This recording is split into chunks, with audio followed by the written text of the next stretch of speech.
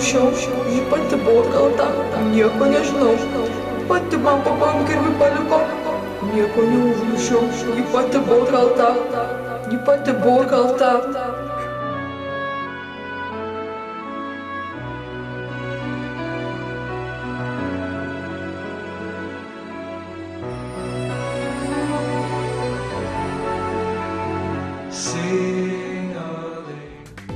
Aha, lauktelk truputėlį, man reikia papurkšti oro gaivintojo.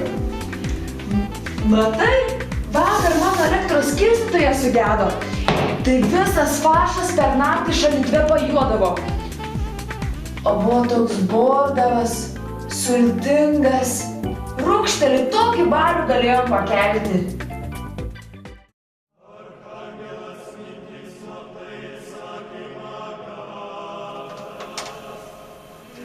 Garbė Jėzui Kristai. Per amžius Ana.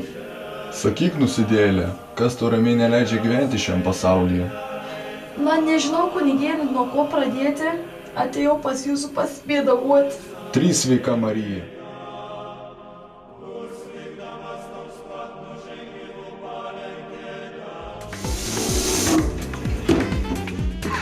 Žinok, tu davedai mane prie ribos.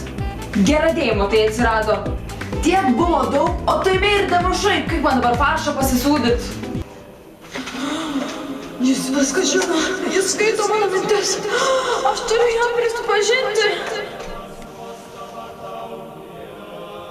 Ar jau sukalbėjai savo maldą? Tęskite. Matot, nuskubėjau kunigėlį vakar pas kaimynką druskinyčius pasiskolinti.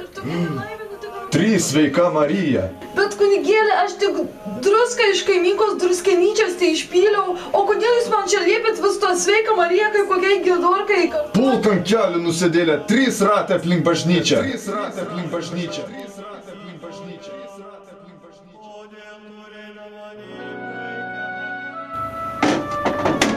Kad būtų man grąžinta su kaupu.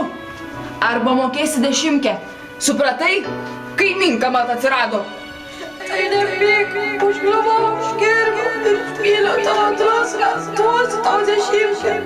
Nu, ei, alio, alio.